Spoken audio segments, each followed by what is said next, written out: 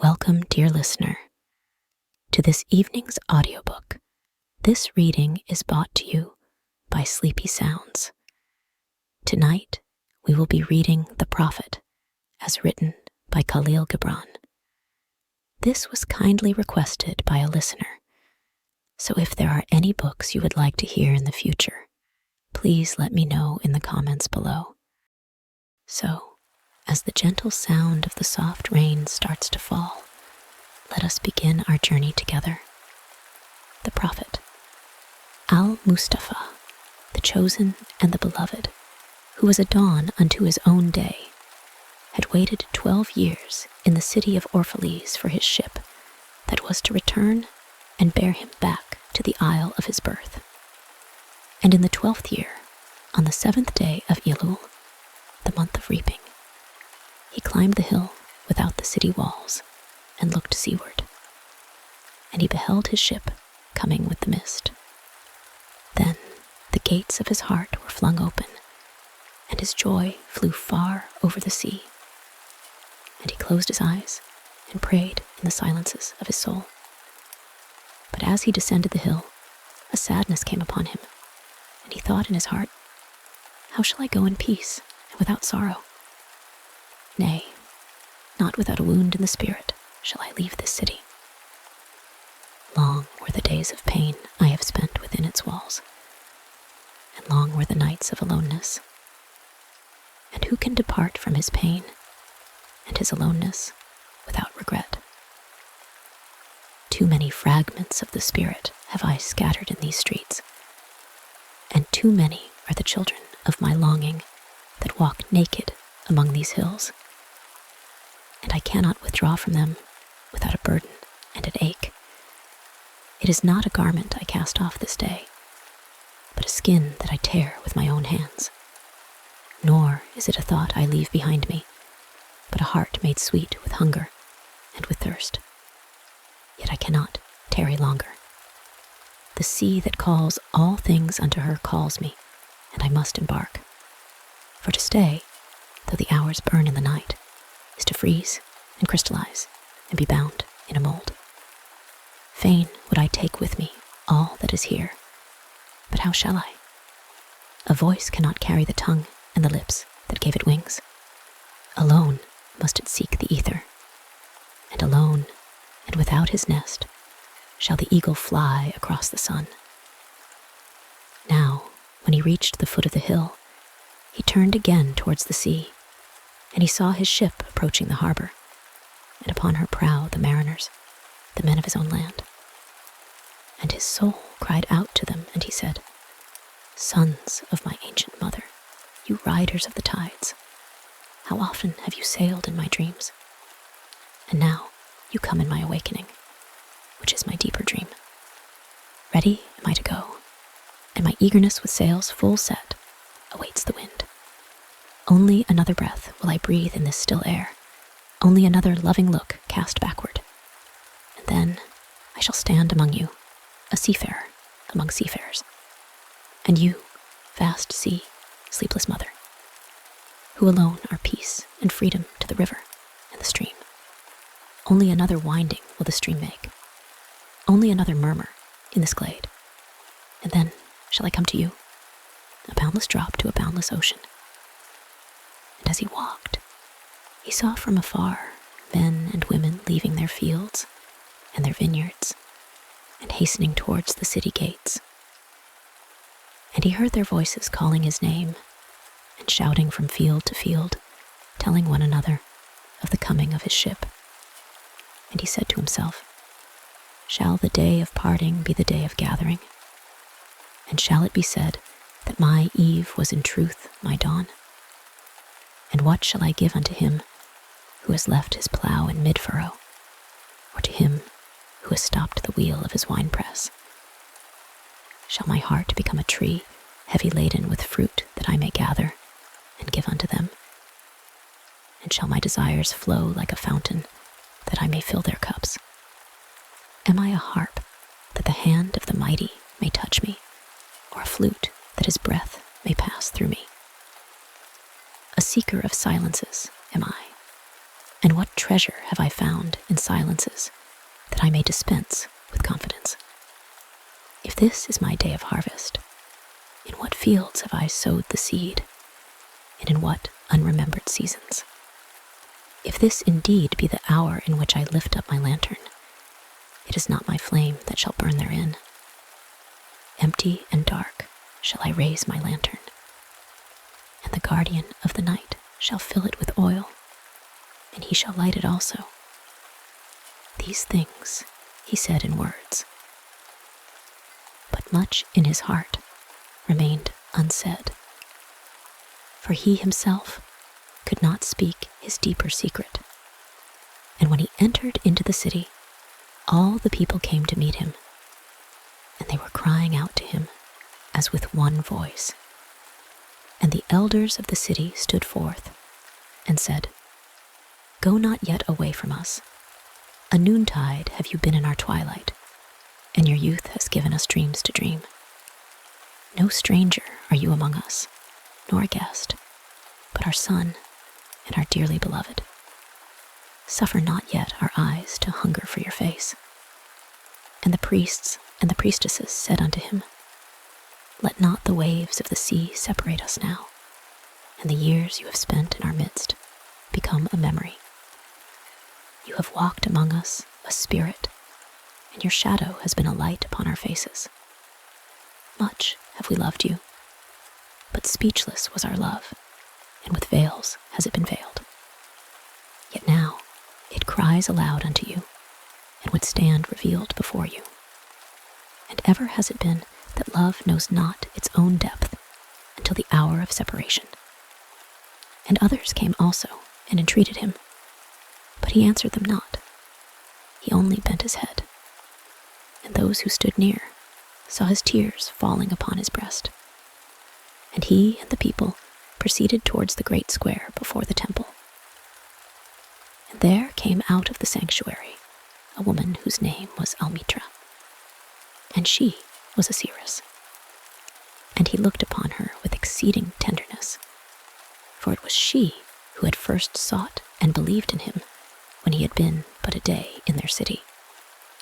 And she hailed him, saying, Prophet of God, in quest of the uttermost, long have you searched the distances for your ship, and now your ship has come, and you must needs go. Deep is your longing for the land of your memories and the dwelling place of your greater desires, and our love would not bind you, nor our needs hold you. Yet this we ask ere you leave us, that you speak to us and give us of your truth, and we will give it unto our children, and they unto their children, and it shall not perish. In your aloneness you have watched with our days, and in your wakefulness you have listened to the weeping and the laughter of our sleep. Now, therefore, disclose us to ourselves, and tell us all that has been shown you of that which is between birth and death. And he answered, People of Orphalese, of what can I speak, save of that which is even now moving within your souls? Then said Almitra, Speak to us of love. And he raised his head and looked upon the people, and there fell a stillness upon them.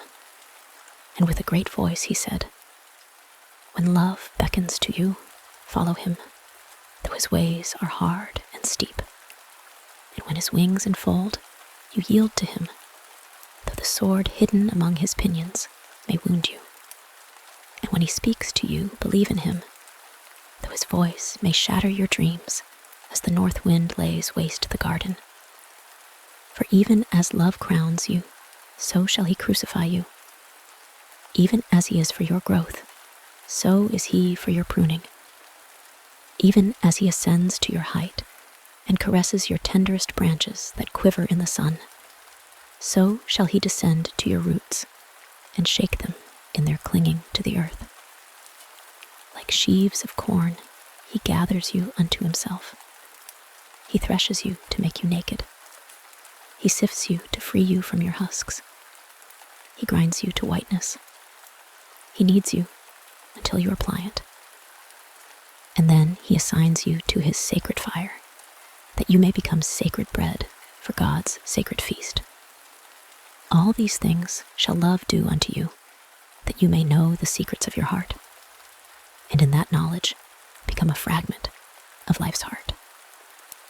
But if in your fear you would seek only love's peace and love's pleasure, then it is better for you that you cover your nakedness and pass out of love's threshing floor into the seasonless world where you shall laugh, but not all of your laughter, and weep, but not all of your tears. Love gives naught but itself, and takes naught but from itself. Love possesses not, nor would it be possessed, for love is sufficient unto love. When you love, you should not say, God is in my heart, but rather, I am in the heart of God. And think not you can direct the course of love, for love, if it finds you worthy, directs your course. Love has no other desire but to fulfill itself. But if you love and must needs have desires, let these be your desires, to melt and be like a running brook that sings its melody to the night, to know the pain of too much tenderness, to be wounded by your own understanding of love, and to bleed willingly and joyfully, to wake at dawn with a winged heart and give thanks for another day of loving, to rest at the noon hour and meditate love's ecstasy, to return home at eventide with gratitude, and then to sleep with a prayer for the beloved in your heart and a song of praise upon your lips. Then Almitra spoke again and said, And what of marriage, master? And he answered, saying, You were born together, and together you shall be forevermore. You shall be together when the white wings of death scatter your days. Aye, you shall be together even in the silent memory of God. But let there be spaces in your togetherness, and let the winds of the heavens dance between you. Love one another, but make not a bond of love. Let it rather be a moving sea between the shores of your souls. Fill each other's cup, but drink not from one cup. Give one another of your bread, but eat not from the same loaf.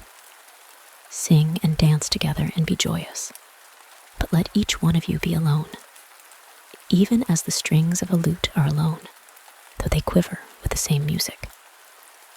Give your hearts, but not into each other's keeping, for only the hand of life can contain your hearts, and stand together, yet not too near together. For the pillars of the temple stand apart, and the oak tree and the cypress grow not in each other's shadow. And a woman who held a babe against her bosom said, Speak to us of children. And he said, Your children are not your children. They are the sons and daughters of life's longing for itself. They come through you, but not from you. And though they are with you yet, they belong not to you. You may give them your love, but not your thoughts, for they have their own thoughts. You may house their bodies, but not their souls, for their souls dwell in the house of tomorrow, which you cannot visit, not even in your dreams. You may strive to be like them, but seek not to make them like you. For life goes not backward, nor tarries with yesterday. You are the bows from which your children as living arrows are sent forth. The archer sees the mark upon the path of the infinite, and he bends you with his might, that his arrows may go swift and far. Let your bending in the archer's hand be for gladness, for even as he loves the arrow that flies, so he loves also the bow that is stable. Then said a rich man, Speak to us of giving. And he answered, You give but little when you give of your possessions. It is when you give of yourself that you truly give. For what are your possessions but things you keep and guard for fear you may need them tomorrow? And tomorrow, what shall tomorrow bring to the overprudent dog, burying bones in the trackless sand as he follows the pilgrims to the holy city? And what is fear of need but need itself? Is not dread of thirst when your well is full, the thirst that is unquenchable? There are those who give little of the much which they have, and they give it for recognition, and their hidden desire makes their gifts unwholesome. And there are those who have little and give it all. These are the believers in life and the bounty of life, and their coffer is never empty. There are those who give with joy, and that joy is their reward. And there are those who give with pain, and that pain is their baptism. And there are those who give and know not pain in giving, nor do they seek joy, nor give with mindfulness of virtue. They give as in yonder valley the myrtle breathes its fragrance into space. Through the hands of such as these God speaks, and from behind their eyes he smiles upon the earth. It is well to give when asked, but it is better to give unasked, through understanding. And to the open-handed the search for one who shall receive is joy greater than giving. And is there aught you would withhold? All you have shall someday be given. Therefore give now, that the season of giving may be yours, and not your inheritors. You often say, I would give, but only to the deserving. The trees in your orchard say not so, nor the flocks in your pasture. They give that they may live, for to withhold is to perish. Surely he who is worthy to receive his days and his nights is worthy of all else from you. And he who has deserved to drink from the ocean of life deserves to fill his cup from your little stream. And what desert greater shall there be than that which lies in the courage and the confidence, nay, the charity of receiving? And who are you that men should rend their bosom and unveil their pride, that you may see their worth naked and their pride unabashed? See first that you yourself deserve to be a giver and an instrument of giving. For in truth, it is life that gives unto life, while you, who deem yourself a giver, are but a witness. And you receivers, and you are all receivers, assume no weight of gratitude, lest you lay a yoke upon yourself and upon him who gives. Rather rise together with the giver on his gifts as on wings. For to be over-mindful of your debt isn't to doubt his generosity, who has the free-hearted earth for mother and God for father. Then an old man, a keeper of an inn, said, Speak to us of eating and drinking. And he said, Would that you could live on the fragrance of the earth, and like an air plant be sustained by the light. But since you must kill to eat, and rob the newly born of its mother's milk to quench your thirst, let it then be an act of worship, and let your board stand an altar on which the pure and the innocent of forest and plain are sacrificed for that which is purer and still more innocent in man.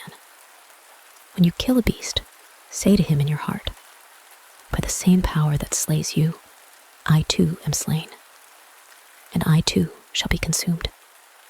For the law that delivered you into my hand shall deliver me into a mightier hand. Your blood and my blood is naught, but the sap that feeds the tree of heaven. And when you crush an apple with your teeth, say to it in your heart, Your seeds shall live in my body, and the buds of your tomorrow shall blossom in my heart, and your fragrance shall be my breath, and together we shall rejoice through all the seasons. And in the autumn, when you gather the grapes of your vineyards for the winepress, say in your heart, I too am a vineyard, and my fruit shall be gathered for the winepress. And like new wine, I shall be kept in eternal vessels. And in winter, when you draw the wine, let there be in your heart a song for each cup. And let there be in the song a remembrance for the autumn days, and for the vineyard, and for the winepress. Then a plowman said, Speak to us of work. And he answered, saying, You work that you may keep pace with the earth and the soul of the earth. For to be idle is to become a stranger unto the seasons, and to step out of life's procession that marches in majesty and proud submission towards the infinite. When you work, you are a flute through whose heart the whispering of the hours turns to music. Which of you would be a reed, dumb and silent, when all else sings together in unison? Always you have been told that work is a curse and labor a misfortune. But I say to you that when you work, you fulfill a part of earth's furthest dream, assigned to you when that dream was born. And in keeping yourself with labor, you are in truth loving life. And to love life through labor is to be intimate with life's inmost secret. But if you in your pain call birth an affliction, and the support of the flesh a curse written upon your brow, then I answer that not, but the sweat of your brow shall wash away that which is written. You have been told also that life is darkness, and in your weariness you echo what was said by the weary. And I say that life is indeed darknesses, save when there is urge. And all urge is blind, save when there is knowledge. And all knowledge is vain, save when there is work. And all work is empty, save when there is love. And when you work with love, you bind yourself to yourself, and to one another, and to God. And what is it to work with love? It is to weave the cloth with threads drawn from your heart, even as if your beloved were to wear that cloth. It is to build a house with affection, even as if your beloved were to dwell in that house. It is to sow seeds with tenderness and reap the harvest with joy, even as if your beloved were to eat the fruit. It is to charge all things you fashion with the breath of your own spirit, and to know that all the blessed dead are standing about you and watching. Often have I heard you say, as if speaking in sleep, He who works in marble and finds the shape of his own soul in the stone is nobler than he who plows the soil. And he who seizes the rainbow to lay it on a cloth in the likeness of man is more than he who makes the sandals for our feet. But I say, not in sleep, but in the over-wakefulness of noontide, that the wind speaks not more sweetly to the giant oaks than to the least of all the blades of grass. And he alone is great, who turns the voice of the wind into a song made sweeter by his own loving. Work is love made visible. And if you cannot work with love, but only with distaste, it is better that you should leave your work and sit at the gate of the temple and take alms of those who work with joy. For if you bake bread with indifference, you bake a bitter bread that feeds but half man's hunger. And if you grudge the crushing of the grapes, your grudge distills a poison in the wine. And if you sing, though, as angels, and love not the singing, you muffle man's ears to the voices of the day and the voices of the night. Then a woman said, "Speak to us of joy and sorrow."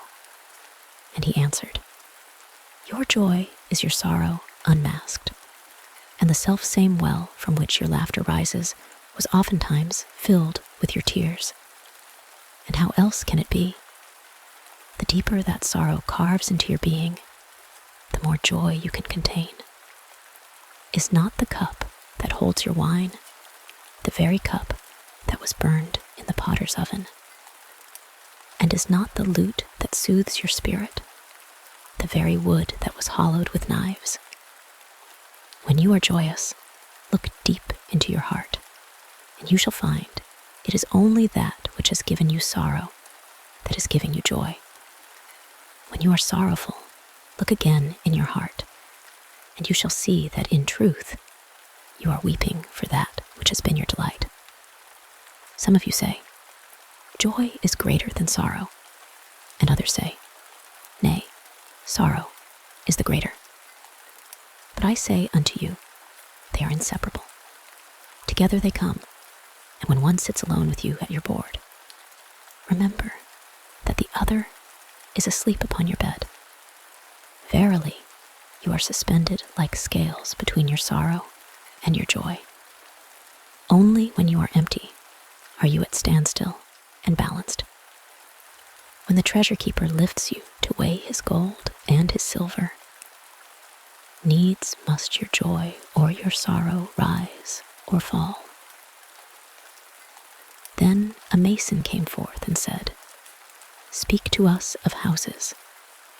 And he answered and said, build of your imaginings a bower in the wilderness, ere you build a house within the city walls.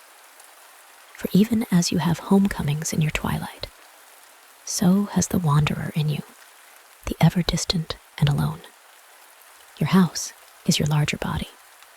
It grows in the sun and sleeps in the stillness of the night, and it is not dreamless. Does not your house dream? And dreaming, leave the city for grove or hilltop.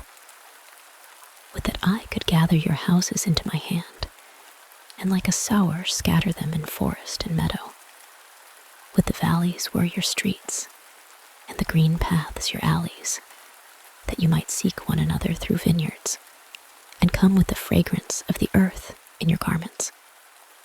But these things are not yet to be. In their fear, your forefathers gathered you too near together. And that fear shall endure a little longer. A little longer shall your city walls separate your hearths from your fields. And tell me, people of Orphalese, what have you in these houses? And what is it you guard with fastened doors? Have you peace, the quiet urge that reveals your power? Have you remembrances, the glimmering arches that span the summits of the mind? Have you beauty that leads the heart from things fashioned of wood and stone to the holy mountain? Tell me, have you these in your houses? Or have you only comfort and the lust for comfort, that stealthy thing that enters the house a guest, and then becomes a host, and then a master? Aye, and it becomes a tamer, and with hook and scourge makes puppets of your larger desires. Though its hands are silken, its heart is of iron. It lulls you to sleep only to stand by your bed and jeer at the dignity of the flesh. It makes mock of your sound senses and lays them in thistledown like fragile vessels. Verily, the lust for comfort murders the passion of the soul, and then walks grinning in the funeral. But you, children of space, you restless in rest, you shall not be trapped nor tamed. Your house shall be not an anchor, but a mast. It shall not be a glistening film that covers a wound, but an eyelid that guards the eye. You shall not fold your wings that you may pass through doors, nor bend your heads that they strike not against a ceiling, nor fear to breathe, lest walls should crack and fall down. You shall not dwell in tombs made by the dead for the living. And though of magnificence and splendor, your house shall not hold your secret, nor shelter your longing. For that which is boundless in you abides in the mansion of the sky, whose door is the morning mist, and whose windows are the songs and the silences of night. And the weaver said, "Speak to us of clothes."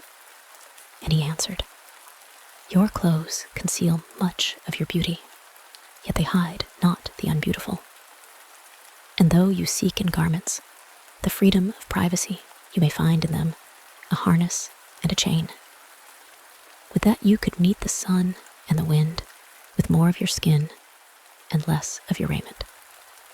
For the breath of life is in the sunlight, and the hand of life is in the wind. Some of you say, it is the north wind who has woven the clothes we wear. And I say, aye, it was the north wind, but shame was his loom, and the softening of the sinews was his thread. And when his work was done, he laughed in the forest. Forget not that modesty is for a shield against the eye of the unclean. And when the unclean shall be no more, what were modesty but a fetter and a fouling of the mind? And forget not that the earth delights to feel your bare feet, and the winds long to play with your hair. And a merchant said, "Speak to us of buying and selling." And he answered and said, "To you the earth yields her fruit, and you shall not want if you but know how to fill your hands. It is in exchanging the gifts of the earth that you shall find abundance and be satisfied. Yet unless the exchange be in love and kindly justice, it will but lead some to greed and others to hunger.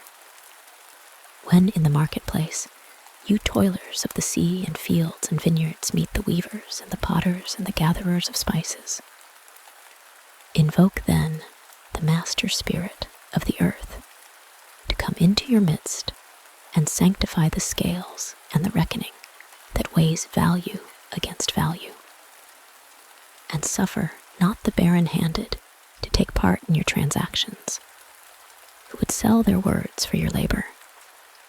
To such men you should say, come with us to the field, or go with our brothers to the sea, and cast your net. For the land and the sea shall be bountiful to you, even as to us. And if there come the singers, and the dancers, and the flute players, buy of their gifts also. For they too are gatherers of fruit and frankincense, and that which they bring, though fashioned of dreams, is raiment and food for your soul. And before you leave the marketplace, see that no one has gone his way with empty hands. For the master spirit of the earth shall not sleep peacefully upon the wind, till the needs of the least of you are satisfied. Then one of the judges of the city stood forth and said, Speak to us of crime and punishment. And he answered, saying, It is when your spirit goes wandering upon the wind, that you, alone and unguarded, commit a wrong unto others, and therefore unto yourself. And for that wrong committed, must you knock and wait a while, unheeded, at the gate of the blessed. Like the ocean is your God-self. It remains forever undefiled. And like the ether it lifts, but the winged. Even like the sun is your God-self. It knows not the ways of the mole, nor seeks it the holes of the serpent. But your God-self dwells not alone in your being. Much in you is still man, and much in you is not yet man, but a shapeless pygmy that walks asleep in the mist, searching for its own awakening. And of the man in you would I now speak, for it is he, and not your God-self, nor the pygmy in the mist, that knows crime and the punishment of crime. Oftentimes have I heard you speak of one who commits a wrong, as though he were not one of you, but a stranger unto you, and an intruder upon your world. But I say that, even as the holy and the righteous cannot rise beyond the highest, which is in each one of you, so the wicked and the weak cannot fall lower than the lowest, which is in you also. And as a single leaf turns not yellow, but with the silent knowledge of the whole tree, So the wrongdoer cannot do wrong without the hidden will of you all. Like a procession, you walk together towards your God self. You are the way and the wayfarers. And when one of you falls down, he falls for those behind him, a caution against the stumbling stone. Aye, and he falls for those ahead of him, who though faster and surer of foot, yet removed not the stumbling stone. And this also, though the word lie heavy upon your hearts, the murdered is not unaccountable for his own murder, and the robbed is not blameless in being robbed. The righteous is not innocent of the deeds of the wicked, and the white-handed is not clean in the doings of the felon. Yea, the guilty is oftentimes the victim of the injured, and still more often the condemned is the burden-bearer for the guiltless and unblamed. You cannot separate the just from the unjust, and the good from the wicked, for they stand together before the face of the sun, even as the black thread and the white are woven together. And when the black thread breaks, the weaver shall look into the whole cloth, and he shall examine the loom also. If any of you would bring to judgment the unfaithful wife, let him also weigh the heart of her husband in scales, and measure his soul with measurements.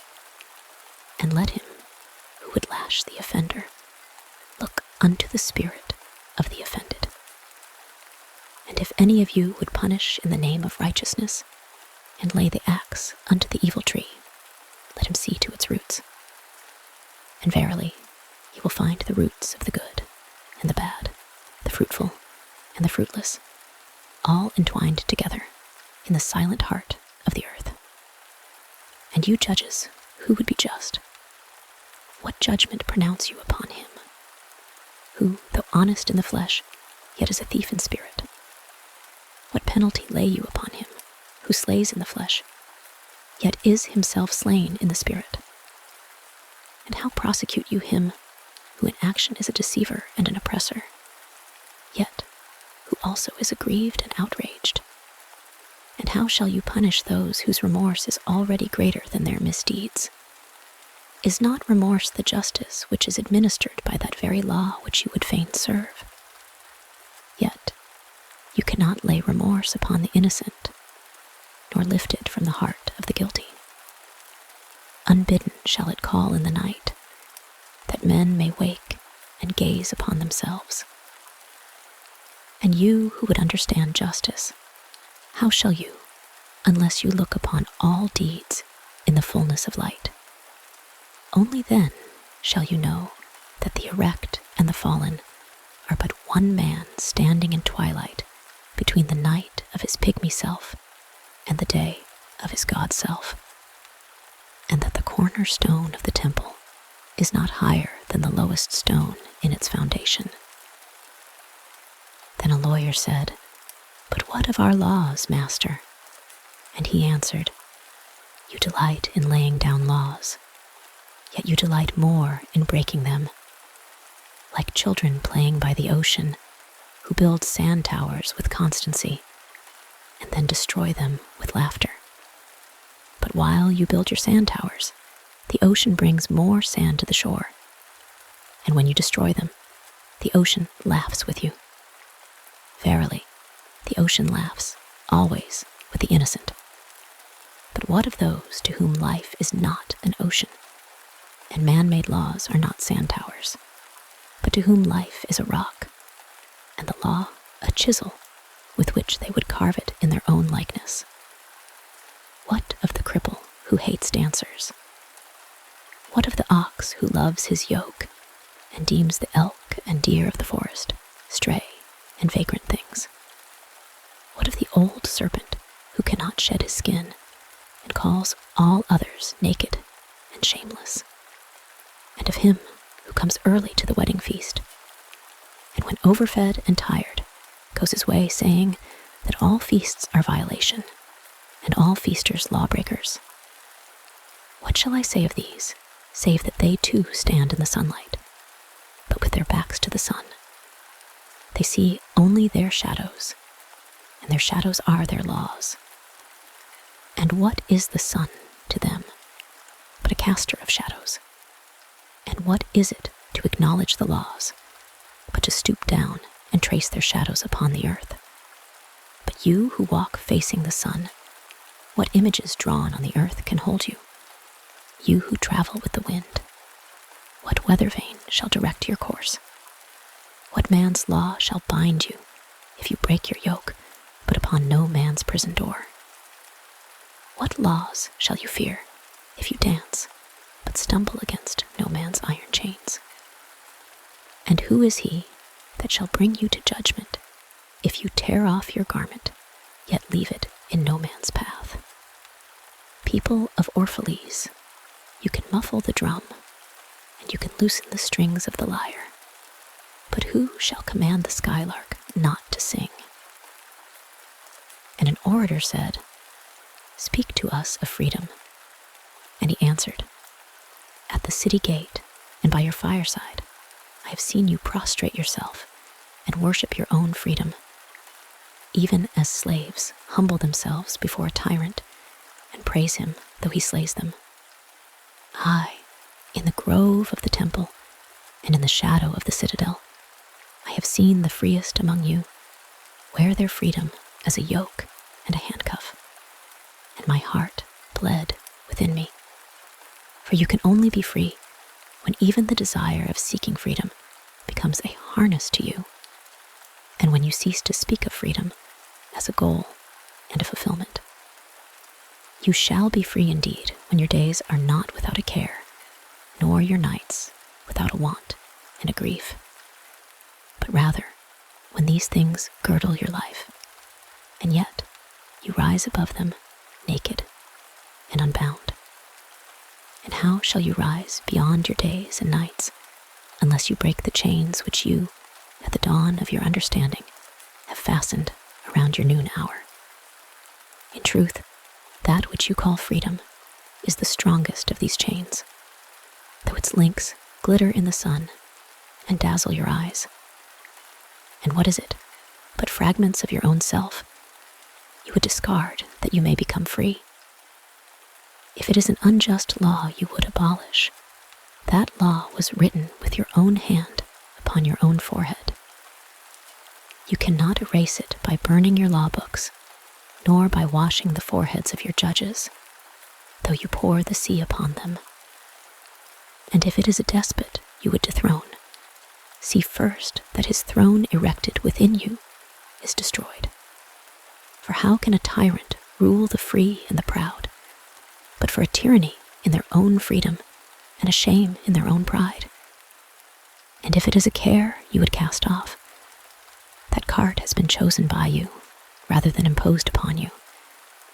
And if it is a fear you would dispel, the seat of that fear is in your heart, and not in the hand of the feared. Verily, all things move within your being, in constant half-embrace, the desired and the dreaded, the repugnant and the cherished, the pursued and that which you would escape. These things move within you as lights and shadows in pairs that cling. And when the shadow fades and is no more, the light that lingers becomes a shadow to another light. And thus, your freedom, when it loses its fetters, becomes itself the fetter of a greater freedom. And the priestess spoke again and said, "Speak to us of reason and passion." And he answered, saying, "Your soul is oftentimes a battlefield, upon which your reason and your judgment wage war against your passion and your appetite. Would that I could be the peacemaker in your soul, that I might turn the discord and the rivalry of your elements into oneness and melody. But how shall I, unless you yourselves be also the peacemakers, nay, the lovers of all your elements? Your reason and your passion are the rudder and the sails of your seafaring soul. If either your sails or your rudder be broken, you can but toss and drift, or else be held at a standstill in mid-seas. For reason, ruling alone, is a force confining. And passion, unattended, is a flame that burns to its own destruction. Therefore, let your soul exalt your reason to the height of passion, that it may sing, and let it direct your passion with reason, that your passion may live through its own daily resurrection, and like the phoenix, rise above its own ashes. I would have you consider your judgment and your appetite, even as you would two loved guests in your house. Surely you would not honor one guest above the other. For he who is more mindful of one loses the love and the faith of both among the hills.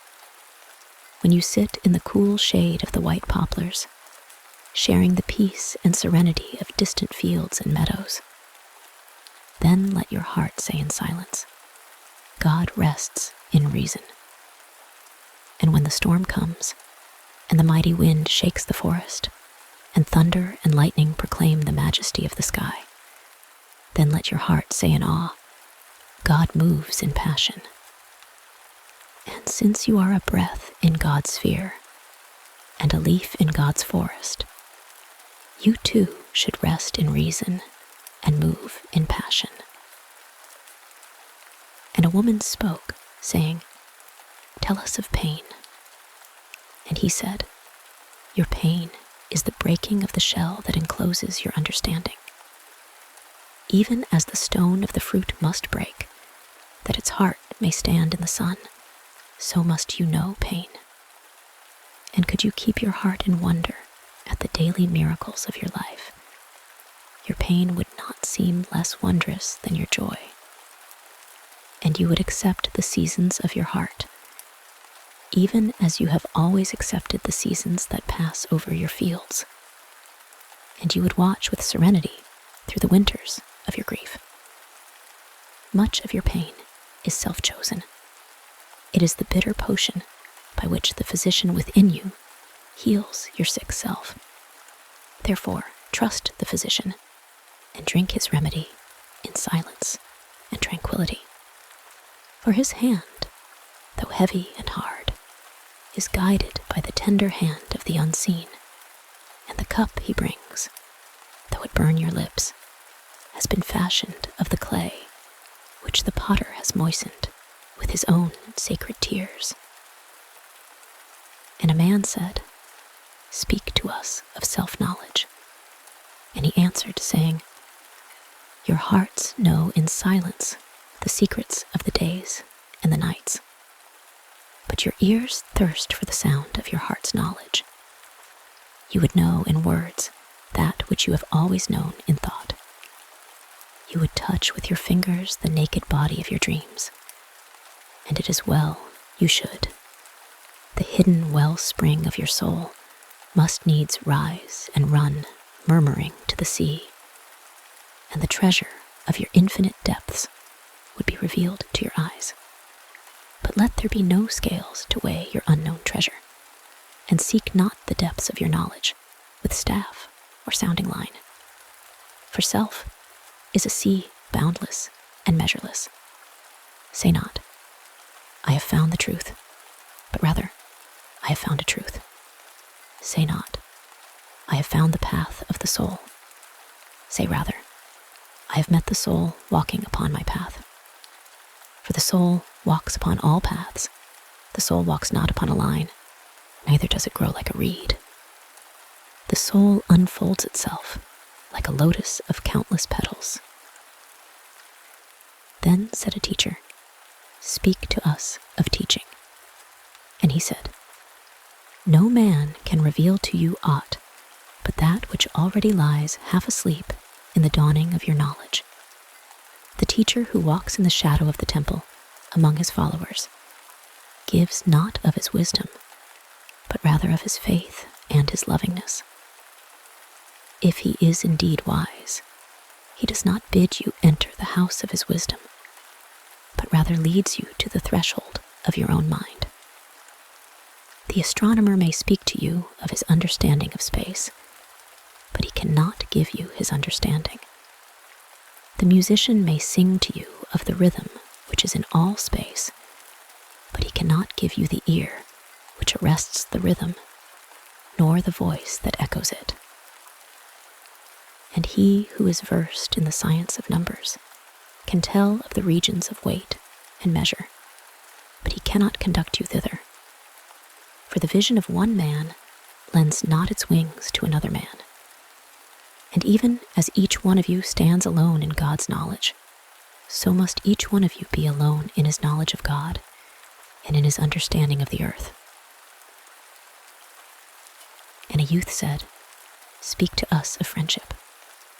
And he answered, saying, "Your friend is your needs answered. He is your field, which you sow with love and reap with thanksgiving.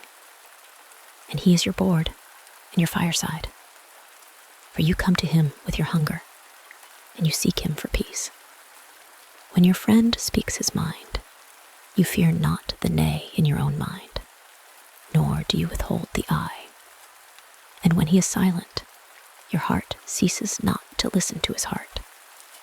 For without words, in friendship, all thoughts, all desires, all expectations are born and shared, with joy that is unacclaimed. When you part from your friend, you grieve not, for that which you love most in him may be clearer in his absence, as the mountain to the climber is clearer from the plain.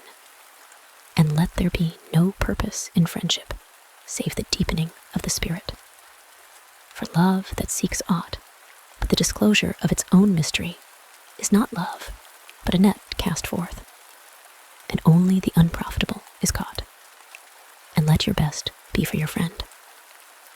If he must know the ebb of your tide, let him know its flood also. For what is your friend, that you should seek him with hours to kill? Seek him always with hours to live, for it is his to fill your need, but not your emptiness. And in the sweetness of friendship, let there be laughter and sharing of pleasures. For in the dew of little things, the heart finds its morning and is refreshed.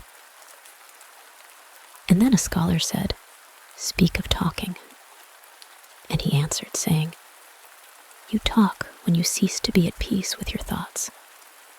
And when you can no longer dwell in the solitude of your heart, you live in your lips, and sound is a diversion and a pastime.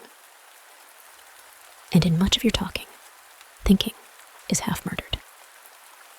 For thought is a bird of space, that in a cage of words may indeed unfold its wings, but cannot fly. There are those among you who seek the talkative through fear of being alone. The silence of aloneness reveals to their eyes their naked selves, and they would escape. And there are those who talk, and without knowledge or forethought, reveal a truth which they themselves do not understand. And there are those who have the truth within them, but they tell it not in words. In the bosom of such as these, the spirit dwells in rhythmic silence. When you meet your friend on the roadside or in the marketplace, let the spirit in you move your lips and direct your tongue.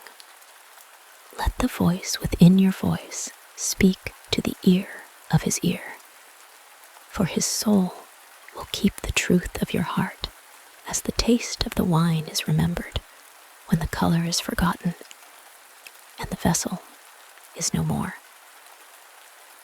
And an astronomer said, "Master, what of time?" And he answered, "You would measure time, the measureless, and the immeasurable. You would adjust your conduct and even direct the course of your spirit according to hours and seasons.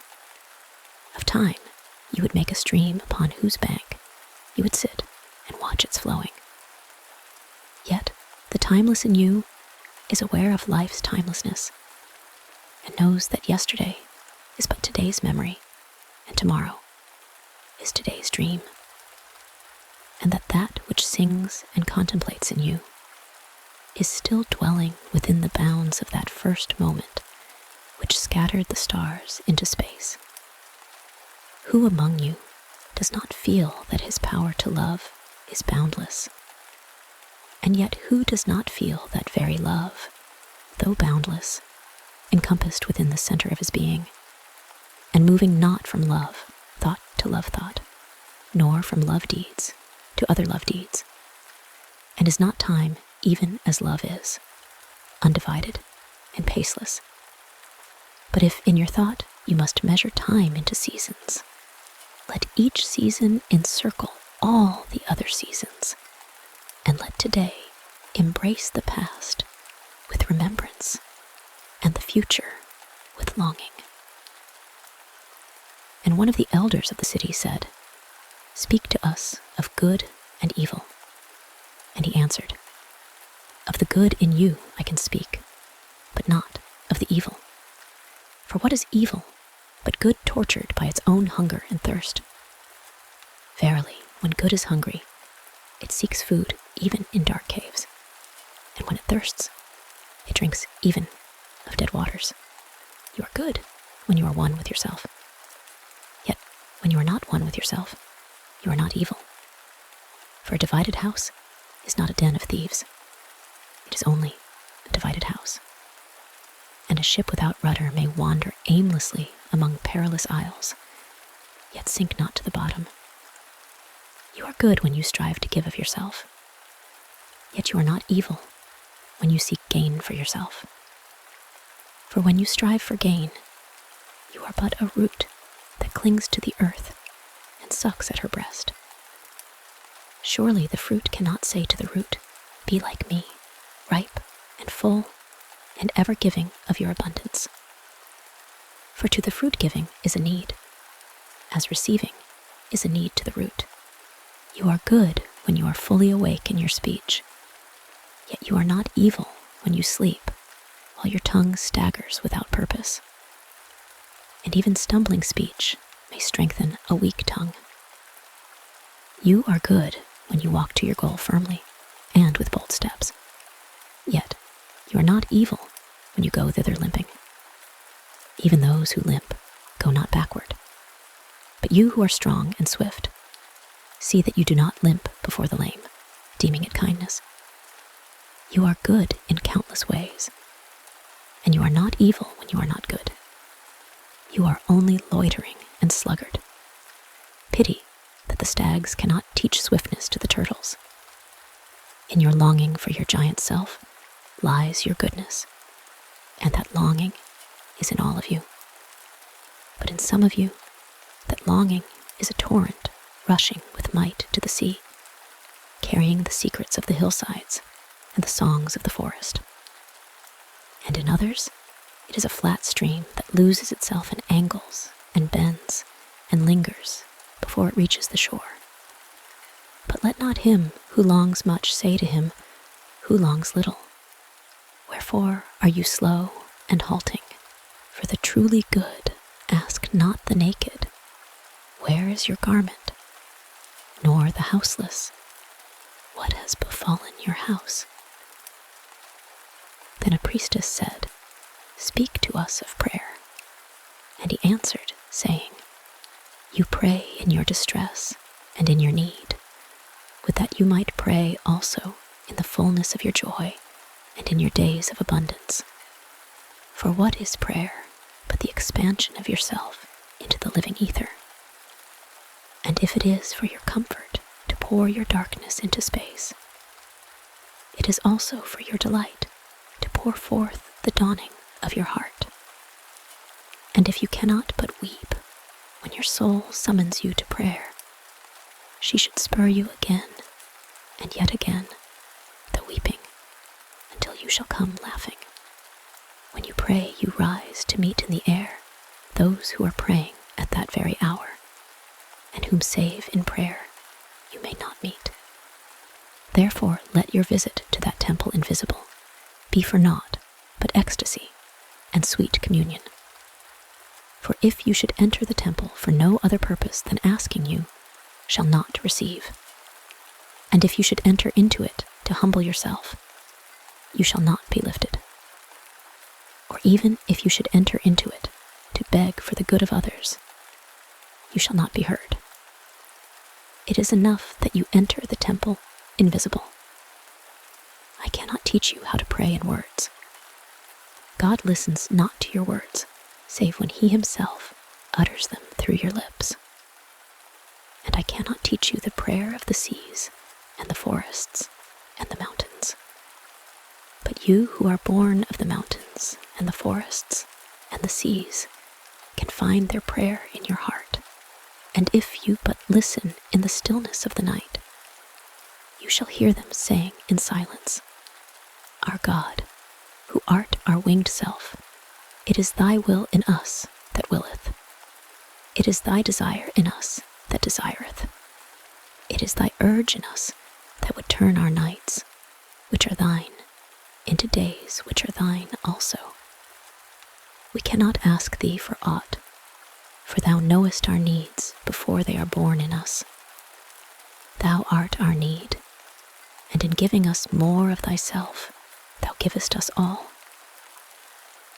Then a hermit, who visited the city once a year, came forth and said, Speak to us of pleasure. And he answered, saying, Pleasure is a freedom song, but it is not freedom. It is the blossoming of your desires, but it is not their fruit. It is a depth calling unto a height, but it is not the deep, nor the high. It is the caged taking wing, but it is not space encompassed. Aye, in very truth, pleasure is a freedom song, and I fain would have you sing it with fullness of heart. Yet I would not have you lose your hearts in the singing. Some of your youth seek pleasure as if it were all, and they are judged and rebuked. I would not judge nor rebuke them. I would have them seek, for they shall find pleasure, but not her alone. 7 are her sisters, and the least of them is more beautiful than pleasure. Have you not heard of the man who was digging in the earth for roots and found a treasure? And some of your elders remember pleasures with regret, like wrongs committed in drunkenness. But regret is the beclouding of the mind, and not its chastisement. They should remember their pleasures with gratitude, as they would the harvest of a summer. Yet, if it comforts them to regret, let them be comforted. And there are among you those who are neither young to seek nor old to remember. And in their fear of seeking and remembering, they shun all pleasures, lest they neglect the spirit or offend against it. But even in their foregoing is their pleasure. And thus they too find a treasure, though they dig for roots with quivering hands. But tell me, who is he that can offend the spirit? Shall the nightingale offend the stillness of the night, or the firefly the stars? And shall your flame or your smoke burden the wind? Think you the spirit is a still pool which you can trouble with a staff? Oftentimes in denying yourself pleasure you do, but store the desire in the recesses of your being. Who knows but that which seems omitted today waits for tomorrow? Even your body knows its heritage and its rightful need and will not be deceived. And your body is the harp of your soul, and it is yours to bring forth sweet music from it, or confused sounds. And now you ask in your heart, how shall we distinguish that which is good in pleasure from that which is not good?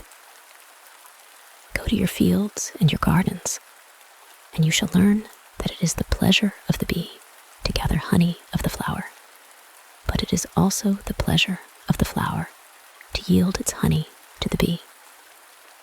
For to the bee, a flower is a fountain of life, and to the flower, a bee is a messenger of love. And to both, bee and flower, the giving and the receiving of pleasure is a need and an ecstasy. People of Orphalese, be in your pleasures like the flowers and the bees, And a poet said, "Speak to us of beauty." And he answered, "Where shall you seek beauty, and how shall you find her, unless she herself be your way and your guide? And how shall you speak of her, except she be the weaver of your speech?" The aggrieved and the injured say, "Beauty is kind and gentle.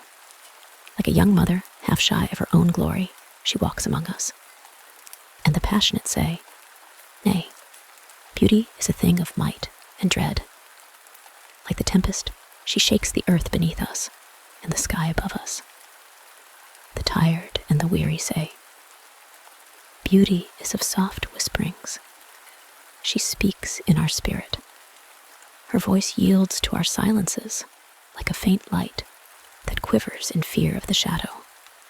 But the restless say, "We have heard her shouting among the mountains, and with her cries came the sound of hoofs, and the beating of wings, and the roaring of lions." At night, the watchmen of the city say, "Beauty shall rise with the dawn from the east." And at noontide, the toilers and the wayfarers say, "We have seen her leaning over the earth from the windows of the sunset." In winter say the snowbound, "She shall come with the spring leaping upon the hills." And in the summer heat, the reapers say, "We have seen her dancing with the autumn leaves, and we saw a drift of snow in her hair. All these things have you said of beauty, yet in truth you spoke not of her, but of needs unsatisfied. And beauty is not a need, but an ecstasy.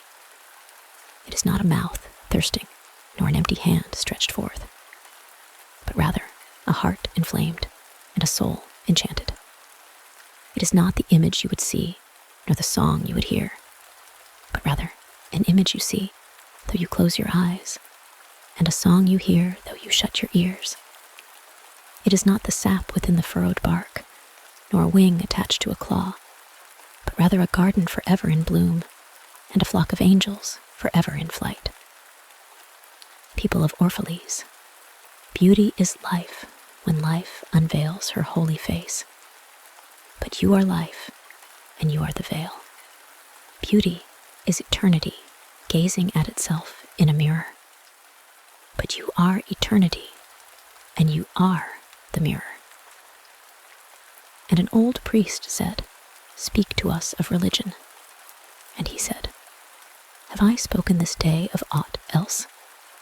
Is not religion all deeds and all reflection, and that which is neither deed nor reflection, but a wonder and a surprise ever springing in the soul, even while the hands hew the stone or tend the loom?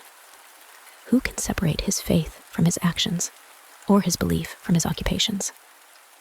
Who can spread his hours before him, saying, 'This for God, and this for myself, this for my soul, and this other for my body'? All your hours are wings that beat through space, from self to self. He who wears his morality, but as his best garment, or better naked. The wind and the sun will tear no holes in his skin. And he who defines his conduct by ethics imprisons his songbird in a cage. The freest song comes not through bars and wires, and he to whom worshipping is a window, to open, but also to shut, has not yet visited the house of his soul, whose windows are from dawn to dawn. Your daily life is your temple and your religion. Whenever you enter into it, take with you your all. Take the plow and the forge and the mallet and the lute, the things you have fashioned in necessity or for delight. For in reverie, you cannot rise above your achievements, nor fall lower than your failures. And take with you all men, for in adoration, you cannot fly higher than their hopes, nor humble yourself lower than their despair. And if you would know God, be not therefore a solver of riddles. Rather look about you, and you shall see him playing with your children. And look into space. You shall see him walking in the cloud, outstretching his arms in the lightning, and descending in rain. You shall see him smiling in flowers, then rising and waving his hands in trees.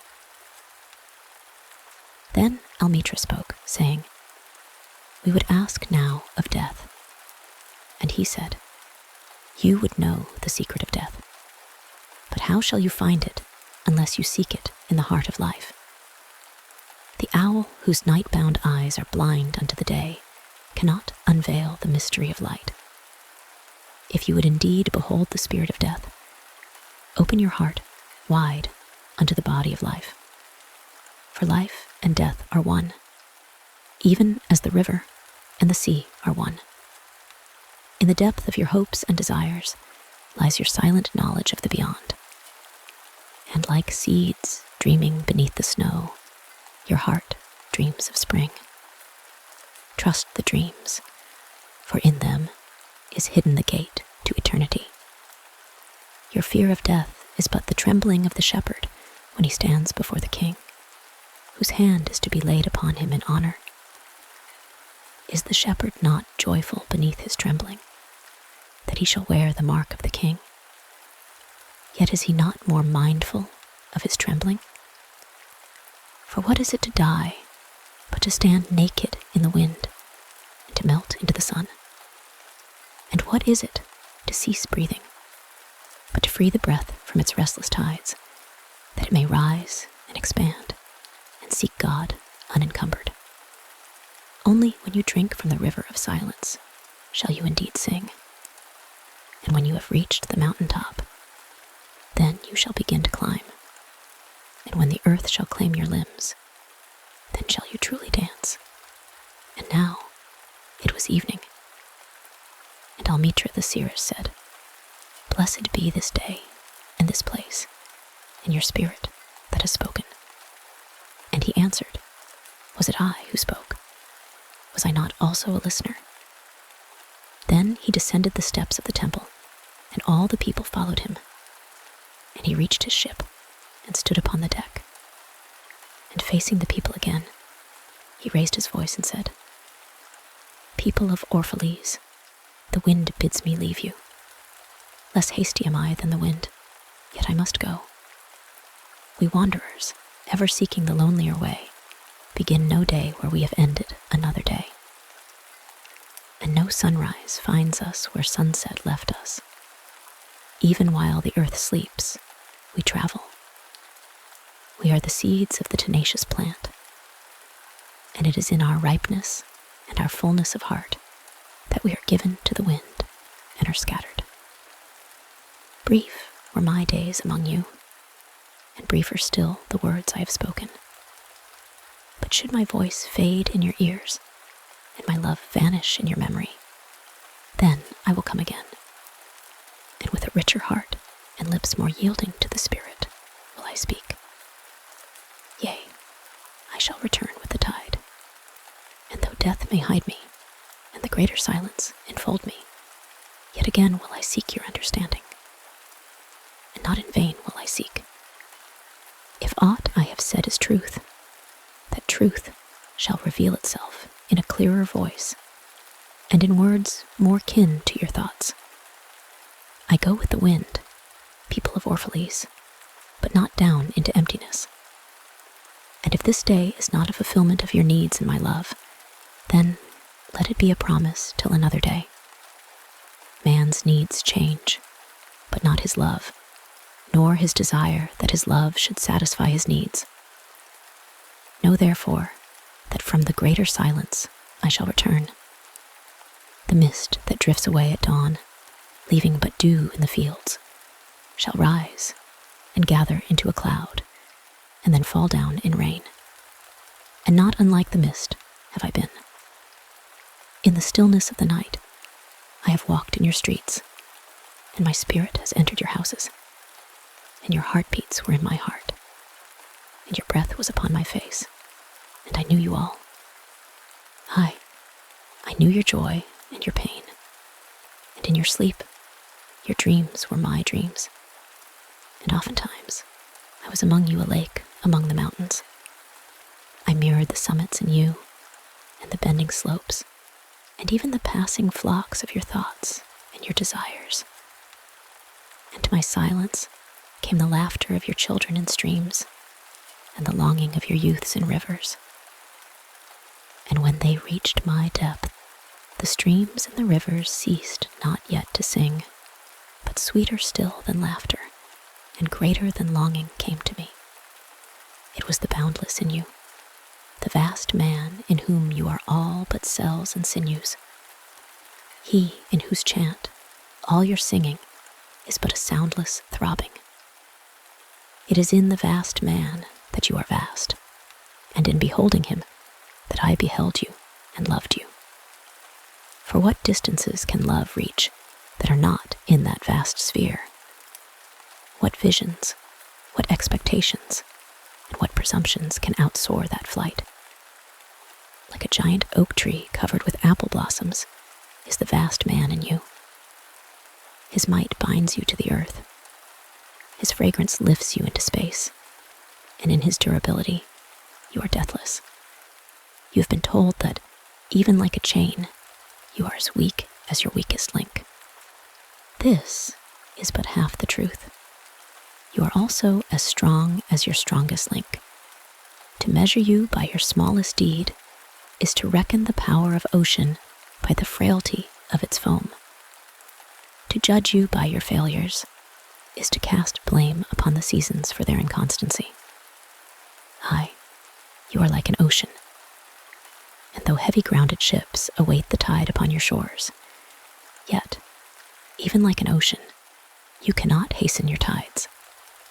And like the seasons you are also, and though in your winter you deny your spring, yet spring, reposing within you, smiles in her drowsiness, and is not offended. Think not I say these things in order that you may say the one to the other, he praised us well. He saw but the good in us. I only speak to you in words of that which you yourselves know in thought. And what is word knowledge but a shadow of wordless knowledge? Your thoughts and my words are waves from a sealed memory that keeps records of our yesterdays, and of the ancient days when the earth knew not us nor herself, and of nights when earth was upwrought with confusion. Wise men have come to you to give you of their wisdom. I came to take of your wisdom, and behold, I have found that which is greater than wisdom. It is a flame spirit in you, ever gathering more of itself, while you, heedless of its expansion, bewail the withering of your days. It is life in quest of life in bodies that fear the grave. There are no graves here. These mountains and plains are a cradle and a stepping stone. Whenever you pass by the field where you have laid your ancestors, look well thereupon, and you shall see yourselves and your children dancing hand in hand. Verily, you often make merry without knowing. Others have come to you to whom, for golden promises made unto your faith, you have given but riches and power and glory. Less than a promise have I given, and yet more generous have you been to me. You have given me my deeper thirsting after life. Surely there is no greater gift to a man than that which turns all his aims into parching lips and all life into a fountain. And in this lies my honor and my reward, that whenever I come to the fountain to drink, I find the living water itself thirsty, and it drinks me while I drink it. Some of you have deemed me proud and overshy to receive gifts. Too proud indeed am I to receive wages, but not gifts. And though I have eaten berries among the hills, when you would have had me sit at your board, and slept in the portico of the temple, when you would gladly have sheltered me, yet was it not your loving mindfulness of my days and my nights that made food sweet to my mouth and girdled my sleep with visions? For this I bless you most. You give much, and know not that you give it all. Verily, the kindness that gazes upon itself in a mirror turns to stone, and a good deed that calls itself by tender names becomes the parent to a curse. And some of you have called me aloof and drunk with my own aloneness. And you have said, "He holds counsel with the trees of the forest, but not with men. He sits alone on hilltops and looks down upon our city." True, it is that I have climbed the hills and walked in remote places. How could I have seen you save from a great height or a great distance? How can one be indeed near unless he be far? And others among you called unto me, not in words, and they said, "Stranger, stranger, lover of unreachable heights, why dwell you among the summits where eagles build their nests? Why seek you the unattainable? What storms would you trap in your net? And what vaporous birds do you hunt in the sky? Come and be one of us. Descend and appease your hunger with our bread, and quench your thirst with our wine." In the solitude of their souls, they said these things. But were their solitude deeper, they would have known that I sought but the secret of your joy and your pain. And I hunted only your larger selves that walk the sky. But the hunter was also the hunted. For many of my arrows left my bow only to seek my own breast. And the flyer was also the creeper. For when my wings were spread in the sun, their shadow upon the earth was a turtle. And I, the believer, was also the doubter. For often have I put my finger in my own wound, that I might have the greater belief in you and the greater knowledge of you. And it is with this belief and this knowledge that I say, you are not enclosed within your bodies, nor confined to houses or fields.